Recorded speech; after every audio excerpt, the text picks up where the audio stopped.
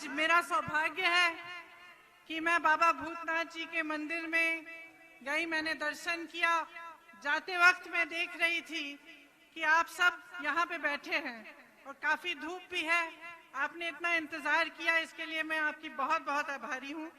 भूपेश बघेल जी, प्रतिभा सिंह जी, मुकेश अग्निहोत्री जी, सुखविंदर सिंह सुक्खू जी, प्रताप सिंह बाजवा जी, श्री कौल सिंह ठाकुर जी, श्री सोहन लाल जी, प्रकाश चौधरी जी, चंपा ठाकुर जी, चेतन ठाकुर जी, चंद्रशेखर जी, पवन ठाकुर जी, सुरेंद्र ठाकुर जी, नरेश चौहान जी, महेश राज जी और यहाँ पर उपस्थित तमाम कांग्रेस के नेतागण, वरिष्ठ नेता और आप सब कार्यकर्तागण, आप सबका इस सभा में बहुत बहुत स्वागत।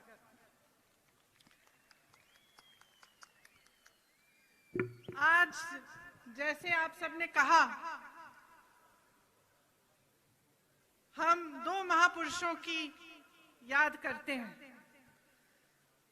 सरदार पटेल जी, जिनका आज जन्मदिन था, जिन्होंने देश को जोड़ने के लिए, अपने कर्तव्य को निभाने के लिए दिन रात एक किया। और इंदिरा जी, जो मेरी दादी जी थी, आज उनकी शहादत का दिन है। देखिए, मैंने अपने पिछले भाषण में भी बोला सोलन में कि हिमाचल प्रदेश के साथ, और मैं कहूंगी कि देश के साथ, इंदिरा जी का एक आध्यात्मिक रिश्ता था, प्रेम का रिश्ता था, समर्पण का रिश्ता था, कर्तव्य का रिश्ता था और एक बहुत गहरा ऐसा रिश्ता था जो आजकल आज की राजनीति में कम ही दिखता है।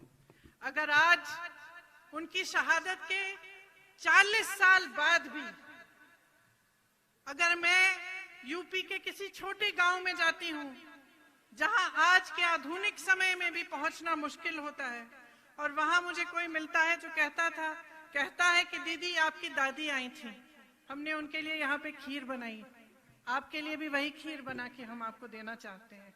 या हिमाचल के किसी गांव में मैं जाती हूँ तो कोई कहता है कि हमने आपकी दादी जी को देखा था, और आदर के साथ, प्रेम के साथ ये बातें कही जाती है। तो ये क्यों है, मैं आपसे पूछना चाहती हूँ। क्या खासियत थी इंदिरा जी में कि आज 40 साल बाद भी देश भर में उनके प्रति सम्मान, आदर की भावना है। उनके गुजर जाने के बाद देश की राजनीति बहुत बदल चुकी है। आप सब मुझसे अच्छी तरह जानते हैं, आज की राजनीति में पैसों का बोलबाला है, स्वार्थ का बोलबाला है, मीडिया बाजे वादे किए जाते हैं। लेकिन उस समय, इंदिरा जी के समय ऐसा नहीं था। इसीलिए आज भी जब देशवासी उस समय को देखते हैं तो उनके मन में इंदिरा जी के प्रति आदर है, सम्मान है। जब हिमाचल बना, इंदिरा जी आई थी शिमला, उन्होंने भाषण दिया, बर्फ पड़ रही थी, फिर भी आप सब, शायद आप में से कोई है जिनके दादा दादी, नाना नानी उस समय थे, खड़ी रही जनता उनकी बातों को सुनने के लिए। जो विश्वास उनके बीच और जनता के बीच में था वो टूटा नहीं। उस समय शायद आप जानते नहीं होंगे, लेकिन देश में माहौल ये था कि लोग कह रहे थे कि ये प्रदेश बना रहे हैं, ये प्रदेश चल नहीं पाएगा, चलाने के लिए पैसा नहीं है, ये इंदिरा जी गलत कर रही हैं। लेकिन इंदिरा जी का विश्वास था आप पर। वो जानती थी कि हिमाचल प्रदेश को हिमाचल की जनता बनाएगी। आप सब बैठ सकते हैं, मुझे समय लगेगा।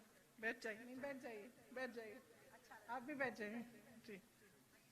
तो इंदिरा जी को पूरा विश्वास था कि आप ही हिमाचल प्रदेश को बनाएंगे। उस समय परमार जी मुख्यमंत्री बने और उन्होंने आपके लिए काम करके दिखाया। उसके बाद वीरभद्र सिंह जी भी आए, तमाम कांग्रेस के मुख्यमंत्री आए, आपने देखा कि काम क्या क्या हुआ। यहाँ हिमाचल को बनाने वाले हिमाचल के किसान, हिमाचल के कर्मचारी, हिमाचल के युवा जो सेना पे हमारे लिए खड़े होकर अपनी जान पर खेलते हैं, उन सब ने हिमाचल को बनाया। तो जब चुनाव आता है तो आपको कहा जाता है कि यहाँ की परंपरा बदलिए। अब देखिए, ये सांस्कृतिक और सामाजिक परंपराओं का प्रदेश है, उसी की भूमि है। मैं जानती हूँ मंडी में शिवरात्रि का 7 दिन का उत्सव होता है, कुल्लू में दशहरे की परंपरा है, नाटी लोक नृत्य की परंपरा है, देश के प्रति समर्पण की परंपरा है। यहाँ के युवा, जैसे मैंने कहा, सेना में भर्ती होते हैं, देश की रखवाली करते हैं। यहाँ के कर्मचारी देश के लिए दिन रात एक करते हैं, सेवा करते हैं, मेहनत करते हैं। यहाँ की परंपरा ये भी है कि पढ़ लिख कर आगे बढ़ते हैं लोग, कुछ बनाते हैं अपने जीवन का। आप खुददार लोग हो, आपने ये प्रदेश बनाया है, आपको गर्व होना चाहिए इस प्रदेश पर और अपनी परंपराओं पर। जब आपको कहा जाता है कि परंपरा बदलिए, तो मैं इससे सहमत नहीं हूं। और इसकी एक वजह है, मैंने आपसे कहा कि आज की राजनीति बदल चुकी है। आज की राजनीति में स्वार्थ बहुत देखा जाता है। कई नेता ऐसे होते हैं जो आपके सामने आकर कुछ बोल देते हैं, लेकिन उसका कुछ मायना नहीं होता। और ये जो परंपरा आपने बनाई है ना कि हर 5 साल सरकार बदले, इससे नेता सीखता है, इससे नेता को समझ में आता है कि मेरे 5 साल हैं, या तो मैं करके दिखाऊं या मुझे खदेड़ा जाएगा। और ये एक बहुत अच्छी परंपरा है बहनों और भाइयों, इसको मत बदलो, नुकसान आप ही का होगा। और मैं कहना चाहती हूं कि आपकी भी परंपरा है पुरानी। 1862 में भी यहाँ पे एक वजीर होते थे नरोत्तम, उनका शासन था, बहुत लगान वसूलते थे, जनता का हक मारते थे, मदद नहीं करते थे जब कोई दुखी होता था, संकट आता था किसी पे। आपने उनको उस समय हटा दिया। तो आज की राजनीति में तो और भी महत्वपूर्ण बात है कि आप अपने अनुभव पर चलिए, आप सोच समझकर अपना वोट डालिए। आप ही देखिए कि 5 सालों में आपके लिए किया क्या। हाँ, ये सच है कि बड़े बड़े नेता हिमाचल के हैं, लेकिन उन्होंने अपने लिए किया कि आपके लिए किया। यहाँ के मुख्यमंत्री हैं, क्या किया है इस पूरे जिले के लिए? शायद अपने दायरे में, अपनी विधानसभा में काम किया, उसके बाहर क्या किया? यहाँ के युवाओं की क्या स्थिति है? क्या रोजगार बने हैं? यहाँ कितने युवा बैठे हैं, जरा हाथ उठाओ, बताओ रोजगार मिला है पिछले 5 सालों में? क्यों नहीं मिला? आपको मालूम है कि 63,000 नौकरियां पद खाली पड़ी हैं, सरकारी पद हैं, 63,000 सरकारी पद खाली हैं, आपको नौकरी नहीं मिल रही है, आपको रोजगार नहीं मिल रहा है। कभी आपने पूछा है क्यों? क्योंकि नियत नहीं है। आपके लिए सेना की भर्ती को देखिए, अग्निवीर ले आए। आप कह रहे हैं देश को कि आप देश के लिए शहीद होने के लिए आप तैयार हैं। आप कह रहे हैं आप जाके सरहद पे खड़े होंगे हमारे लिए, और ये सरकार कह रही है कि ठीक है, आपको ना पेंशन मिलेगा, आपको ना कोई रैंक मिलेगा, 4 साल बाद आप घर लौट जाओ। ये हालात है कि हर भर्ती में घोटाला है, चाहे यूनिवर्सिटी के शिक्षकों की भर्ती में घोटाला है, चाहे पुलिस की भर्ती में घोटाला है। तो क्या किया है नौजवानों के लिए? वही नौजवान जो इस प्रदेश को बनाने वाले नौजवान हैं, जिनका भविष्य इस प्रदेश से जुड़ा हुआ है, देश से जुड़ा हुआ है। उसी तरह से आप देखिए पिछले 5 सालों में कमर तोड़ महंगाई है। दूध, दही, आटा, सरसों का तेल, पेट्रोल, नाम लीजिए, महंगा हो गया। जीएसटी लगा दी। यहाँ पे सेब के बागबान वाले हैं, आप जानते हैं कि उसके पैकिंग के गत्ते पे भी जीएसटी बढ़ा दी है। तो हर तरफ से आपको मारा जा रहा है, चाहे महंगाई से, बेरोजगारी से। यहाँ के कर्मचारियों ने इस प्रदेश को बनाया, शायद इस प्रदेश में सबसे ज्यादा कर्मचारी होंगे पूरे देश भर में से, अगर प्रतिशत देखा जाए। लेकिन आज सरकार क्या कर रही है? आपकी पेंशन छीन ली है। तो आपकी पेंशन भी छीन ली, आप जिंदगी भर काम करेंगे। और सरकारी नौकरी के लिए क्यों चाहते हैं लोग सरकारी नौकरी? क्योंकि एक आशा होती है कि नौकरी के बाद भी जब मैं बूढ़ा हो जाऊंगा तो मेरी कोई सुरक्षा होगी, एक सिक्योरिटी होगी। वो भी छीन ली है आपसे। तो बेरोजगारी है, महंगाई है, तमाम स्कीमें इनकी ऐसी हैं जिनसे आपकी भलाई नहीं होती, इनके बड़े बड़े उद्योगपति मित्रों की भलाई होती है। आप बागबान के मालिकों से पूछिए, किसानों से पूछिए, दाम कौन तय कर रहा है आज फसल का? क्या आप तय कर पा रहे हैं? नहीं कर पा रहे हैं। बड़े बड़े उद्योगपति हैं, उन्हीं के कोल्ड स्टोरेज वही तय करेंगे दाम। आपसे खरीदेंगे 90 रुपए में और जाके बेच देंगे कितने में ही, जितना उनका जी चाहे। तो ये स्थिति है। और जब ऐसी स्थिति आ जाती है एक प्रदेश में या एक देश में, तो जनता को जागरूक होने की बहुत ही ज्यादा जरूरत है। आप मंडी की अर्थव्यवस्था को देखिए। आपकी अर्थव्यवस्था खेती, बागबानी, सरकारी कर्मचारियों पर निर्भर है। सेब, टमाटर का आपको सही दाम नहीं मिल रहा है। कोई फूड प्रोसेसिंग यूनिट यहाँ बनाया नहीं गया। यहाँ के युवाओं के लिए रोजगार नहीं मिला। कोई भी विकास नहीं हुआ। यहाँ की सड़कों का भी बुरा हाल है। तो आप अपने आप से पूछिए कि 5 सालों से ऐसी राजनीति चल रही है आपके प्रदेश में, क्या आप 5 साल और इनको देंगे? तो 5 साल और में होगा क्या आपके लिए? तो अपने अनुभव पे चलिए। मैं सिर्फ आपसे इतना आग्रह करना चाहती हूँ, जागरूकता से अपने अनुभव पे सोच समझ के देखिए कि हमारे लिए 5 सालों में किया क्या और दूसरों ने क्या किया, कांग्रेस पार्टी ने क्या किया और कांग्रेस पार्टी आज क्या कह रही है। मैं आपको कुछ चीजें बताना चाहती हूँ जो कांग्रेस कह रही है कि वो करेगी।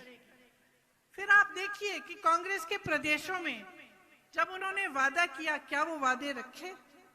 क्या जब कांग्रेस के प्रधानमंत्री आए उन्होंने वादा किया कि किसानों का कर्ज माफ होगा? तो क्या किया कि नहीं किया? किया ना।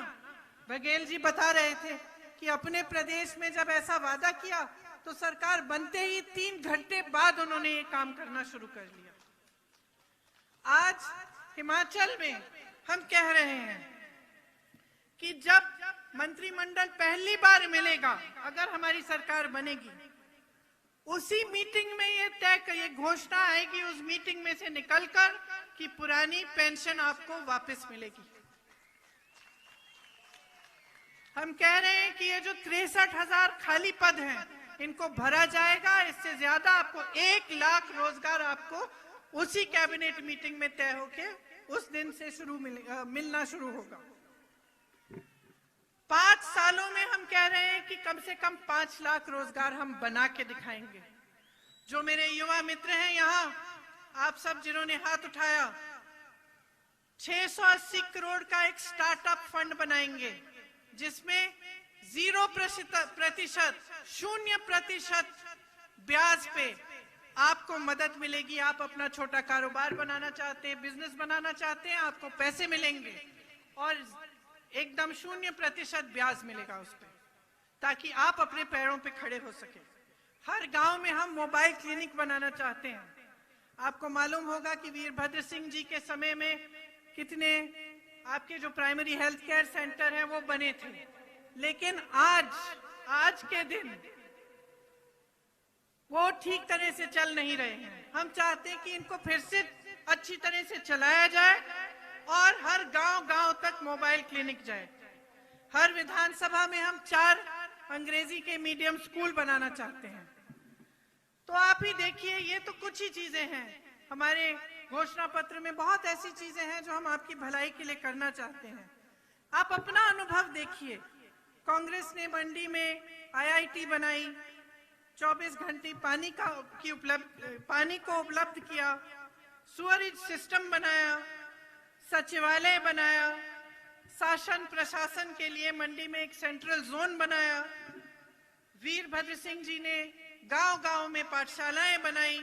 शिक्षा साक्षरता में हिमाचल को एकदम टॉप पे पहुंचाया। मंडी में मेडिकल कॉलेज भी बनवाया। और आज आपके यहाँ से मुख्यमंत्री हैं, भाजपा की सरकार है, क्या बनाया? कोई ऐसी चीज आपको दिख रही है? कोई आईआईटी, कोई मेडिकल कॉलेज, पाठशालाएं, अस्पताल, कुछ दिख रहा है? कुछ नहीं किया। तो ये वही राजनीति है जिसके बारे में मैं बात कर रही थी। स्वार्थ की राजनीति है। आपके सामने आकर कुछ भी वादा हो सकता है, लेकिन वो जमीन पे नहीं उतरेगा, वो सच्चाई में नहीं बदलेगा। तो आप ही सोचिए कि आगे 5 सालों में आप चाहते क्या हैं? मैं तो कहती हूं कि सरकार बदल दीजिए, अपना भविष्य बदल दीजिए। आपसे इन्होंने पुराना पेंशन छीना, हम आपको पुराना पेंशन वापस देंगे। आपसे डिग्री छीनी, आपसे रोजगार छीना, हम आपको देना चाहते हैं। सैनिकों के लिए इन्होंने ये अग्निवीर की स्कीम निकाली, हम आपको रैंक और आपका पेंशन देना चाहते हैं। हम आपको शिक्षित करना चाहते हैं, आपके प्रदेश को आगे बढ़ाना चाहते हैं। जितने भी यहाँ नेता बैठे हैं और जो हमारे प्रत्याशी हैं, वो आपके प्रति समर्पित हैं। आपके लिए दिन रात एक करके दिखाएंगे। इसीलिए इस चुनाव में अगर आप अपना मन बनाएं और एक बार फिर वही परंपरा रखें जिनको ये तोड़ना चाहते हैं, कांग्रेस की सरकार बनाएं, तो आपको खुद अनुभव होगा कि एक नई राजनीति, एक अलग राजनीति जो आपकी भलाई के लिए चलती हो, जो आपके हित में काम करती हो, वो आपको दिखेगी। तो मैं आशा करती हूँ आप सबने मेरी बातों को बहुत ध्यान से सुना है। मैं आशा करती हूँ कि वोटिंग के दिन भी आप मेरी बातों को याद रखेंगे और अपने लिए ही, अपने बच्चों के भविष्य के लिए और एक ऐसी राजनीति के लिए जो आप ही को आगे बढ़ाना चाहे, उसी के लिए आप वोट देंगे। आप सबको बहुत बहुत धन्यवाद। जय हिंद, जय हिमाचल।